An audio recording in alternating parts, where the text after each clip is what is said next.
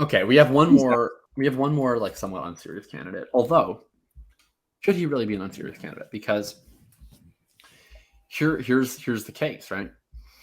Currently, the RB24 is your favorite running back of football, Jonathan Taylor.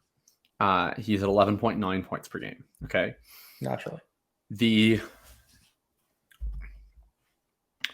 Right now, the RB8, Alvin Kamara, is at 18 points per game. Okay, there is a larger difference between the RB1 overall this year and the RB2 overall so far in points per game than there is between the RB2 and the RB8 in overall points per game, right?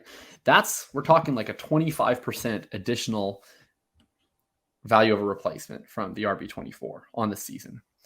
So in the sense that we want to score points and win fantasy leagues, the person who is 3 points higher than any other running back in points per game, who catches all the passes we want them to, who plays in the high-powered offense, why would we not have this guy as the Dynasty RB1 overall?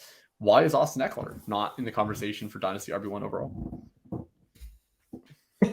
Yeah.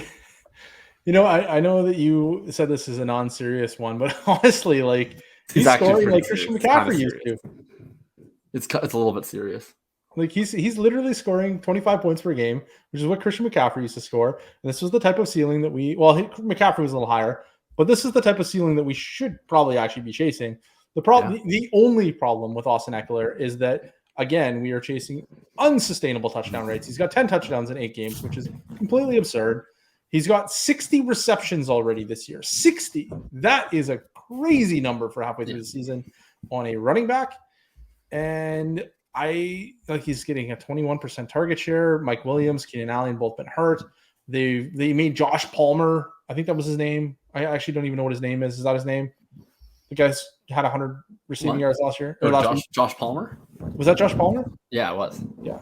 He was a creative player that I made in Madden a few years ago. He scored 100 yards.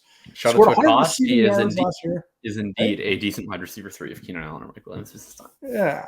So, like, I don't know. Austin Ekeler has just been the beneficiary of chance as far as I can tell. There's pretty much nobody else on the team healthy. They're still scoring a lot of points. He's doing well. Like, he's playing well.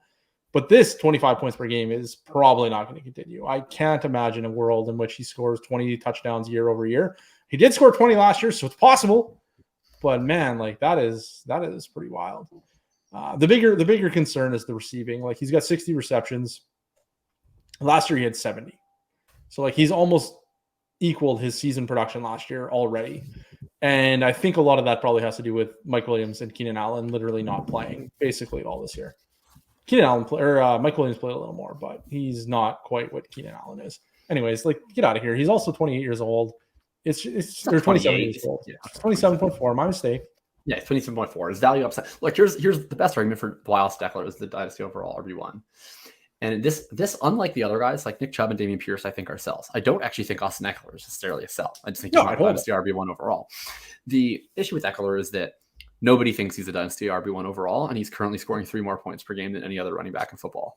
So if nobody is interested in paying anything close to Dynasty RB1 overall prices for a running back who is scoring as much as you can possibly score and outperforming the competition by as much as he can possibly score, then he's clearly not the Dynasty RB1 overall, because he is never going to have any opportunity to have resale value at Dynasty RB1 overall, because it can't possibly get better than this. That being said, that might also be an argument to go buy Austin Ekeler. Like, I think I would have no problem, like, if you're looking at buying elite production, like, and you've already upgraded your quarterbacks and tight ends, like your maximum value over replacement positions, there's no reason why you can't look at Austin Ekeler as one of those other elite upgrade options, the way you would a Christian McCaffrey or a Saquon Barkley or a Stephon Diggs or a Cooper Kupp or a Tyreek Hill. Like, there's no reason why Ekeler can't be in that conversation of like a go buy a bunch of points to make an actually impactful deadline deal. So that's fine. Buy Austin Ekeler is fine. It's obviously not the RB1 overall.